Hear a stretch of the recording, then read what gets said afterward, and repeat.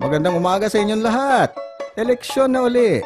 At mas mabilis at madali ang pagboto ngayon. Step 1. Ang botante ay lalapit sa namamahala ng announcement board ng polling center. Magbibigay ng kanyang impormasyon para malaman kung saan siya naka-assign na presinto. Step 2. Pagdating sa presinto, ipa-verify ang inyong pagkatao sa BEI or Board of Election Inspectors. I-check sa BEI kung tama ang impormasyon na binigay ninyo. I-check ang daliri kung walang indelible ink.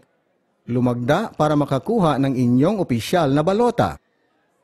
Maliban sa inyong balota, bibigyan ka rin ng marking pen at secrecy folder. Step 3. Ang botante ay pupunta sa lugar ng botohan at gagamit ng marking pen para i-shade ang oval sa tabi ng kandidato na iboboto. Paano ang pagmarka nito, sir?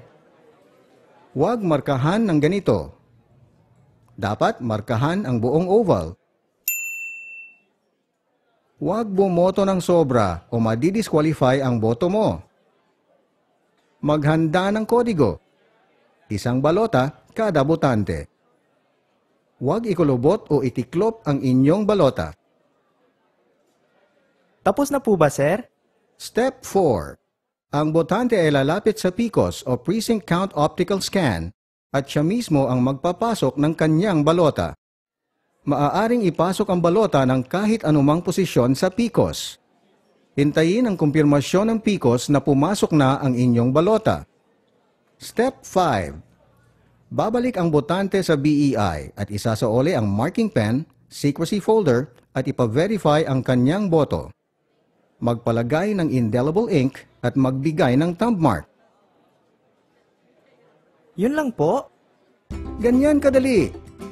Boto na!